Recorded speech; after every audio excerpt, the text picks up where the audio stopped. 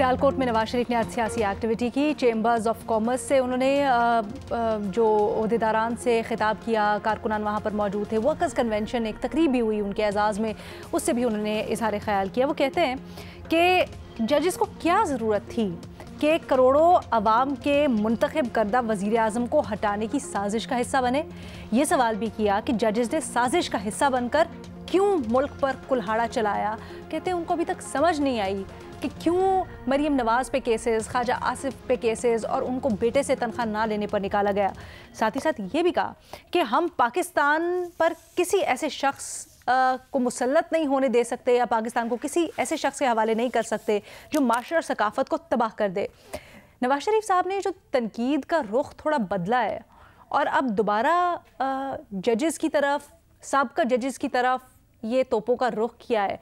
क्या इससे नून लीग को फ़ायदा होगा? फ़खर, मेरा ख्याल है कि ये मुस्लिम लीग नून का पिछले 5 सालों से जो उन्होंने जुडिशरी को टारगेट किया है उसका जो एक इम्पैक्ट पड़ा है कि वो अपने वोटर को तो सेटिस्फाई कर सकते हैं कि वो उनको विक्टिमाइज़ किया गया था। उनके जो ये फैसले थे, एक जुडिशल कू के ज़रिए उनकी हुकूमत ख़त्म की गई थी। ये तमाम तर जो है वो अपने वोटर को तो बहरहाल वो इससे मुतमईन कर सकते हैं, लेकिन उनके वोटर के अलावा भी पाकिस्तान में और लोग हैं जो 24 करोड़ मुल्क की आबादी का है। मेरा ख्याल है कि अब ये नवाज़ शरीफ हों या मुस्लिम लीग नून के जो दीगर लीडरान हैं, अब उनको ये विक्टिम वाला जो है उससे बाहर निकल के आगे एक बाकायदा तौर पर लाहेअमल देना होगा कि हम जो आने वाले अगर उनको हुकूमत मिलती है 5 सालों में क्या आवाम के लिए सहूलियात फराम कर सकते हैं, क्या क्या उनके मंसूबे हैं, क्या मुल्क को मुआशी तौर पे किस तरह से बाहर निकालना है और जो दीगर मसाइल हैं उनसे कैसे निकालना है, बजाय इसके कि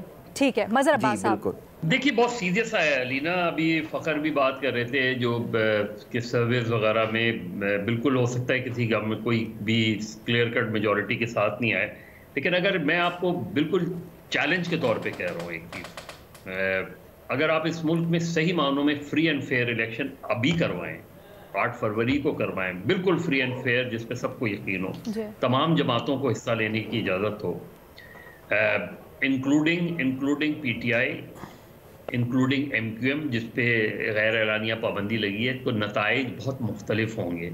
ये नहीं है कि PTI कोई सबसे बड़ी जमात बनकर उभरेगी या हुकूमत बनाने की पोजीशन में होगी, लेकिन PTI सिंगल लार्जेस्ट पार्टी बन सकती है, मुस्लिम लीग नून अच्छी खासी सीटें ले सकती है, सिंध के अंदर पीपल्स पार्टी हुकूमत बना सकती है, सिंध के शहरी इलाकों में PTI और MQM और पीपल्स पार्टी की सीटें डिवाइड हो सकती हैं। यही सिनेरियो अगर 2018 में थोड़ा सा ले जाऊं ना, तो 2018 में PTI बड़ी जमात बन के उभरती लेकिन मुस्लिम लीग नून हुकूमत बनाती। तो हमारी यहाँ सर्वेज अपनी जगह हैं लेकिन बहुत ग्राउंड पे सी चीजें नजर आती हैं। सर ऑल्सो एक करेक्शन कर दूं मैं बिफोर आप नवाज शरीफ की स्टेटमेंट पे आए, वो मैंने फ़खर से सवाल किया था कि ये जो उनका एनालिसिस है इसकी बुनियाद क्या है, क्या कोई सर्वेज हुए या फिर वो ज़मीनी? फ़खर ने ये नहीं कहा था कि कोई सर्वेज हुए, ऐसा ही है ना फ़खर? नहीं, वो फखर जो बात कह रहे हैं वो ठीक है, मैं उसके वो नहीं कर रहा, मैं तो जनरली सर्वेज जो हमारे यहाँ होते हैं जिस तरह के। सर मेरा नहीं ख्याल इस तरह का कोई अभी सर्वे हुआ है, वो जनरली पॉपुलैरिटी से मुतालिक सर्वे हुए, वो सिर्फ मेरा सवाल था। सर्वेज हमारे यहाँ सर्वेज जिस तरह होते हैं उनका एक सर्वे हो तो बहुत अच्छा सर्वे होगा। अच्छा सर, नवाज शरीफ की स्टेटमेंट पे बता दें। हाँ देखिए, नवाज शरीफ के बयान की बहुत सीधी सी बात है। मैंने, अगर आपको याद हो कि मैंने एक मरतबा ये कहा था रिपोर्ट कार्ड में कि इस उम्र में आदतें तब्दील नहीं होती। नवाज शरीफ साहब जितना भी अपने दिल में रखें चीज़ों को, वो इस चीज़ को कभी हमेशा उठाएंगे कि मुझे क्यों निकाला, वो इस चीज़ को हमेशा उठाएंगे। लेकिन नवाज शरीफ साहब अगर वज़ीर आज़म बनते हैं 4थी बार, तो नवाज शरीफ साहब इस सारी चीज़ पर एक कमीशन बनाएं, बैठाएं कमीशन, बताएं कि वो ऐसा कर सकते हैं या नहीं कर सकते, बनाएं जिसमें जजेस भी अगर जिम्मेदार हों, जनरल्स भी जिम्मेदार हों, लेकर आएं, डायरेक्शन सेट करें। ये कहना बस यहाँ बैठकर ऑपोजिशन में रह के इलेक्शन से पहले ये सारी बातें करते हैं, और ये भी बताएं कि 2018 में आज तक जो सूरत हाल बनी है उसके बाद उन्होंने जो 2022 में उनको जो लाने के लिए चीजें की गई, एक कमीशन को आप बनाएं और ताकि पाकिस्तान में डेमोक्रेसी आगे बढ़े। ये चीजें होंगी तो शायद चीजें आगे बढ़ेंगी, वरना बाद में मुझे क्यों निकाला और उसे क्यों लाए और उसे क्यों। साहब क्या ये मुझे क्यों निकाला 2.0 है नवाज शरीफ साहब का? नहीं, मेरा ख्याल है कि उनकी फ्रस्ट्रेशन है और बिल्कुल जायज फ्रस्ट्रेशन है। ओके, देखिए बात यह है कि जी मलिक साहब जो फरमा रहे हैं बिल्कुल सही है कि जी उनको कमीशन भी बनाना चाहिए अपने ग्रीवेंसेस के लिए, लेकिन एक अदना दर्जे का मतलब जिहाद ये भी है कि ये किसी चीज को अगर हाथ से नहीं रोक सकते हो, अगर इतने बेबस हो तो कम से कम जुबान से रोको। तो नवाज शरीफ तो और उसके अगला गुंजाइश भी है कि दिल में तो अंदर से तो उसको कंडेम करो, कम से कम जुबान से उसको कंडेम कर रहे हैं।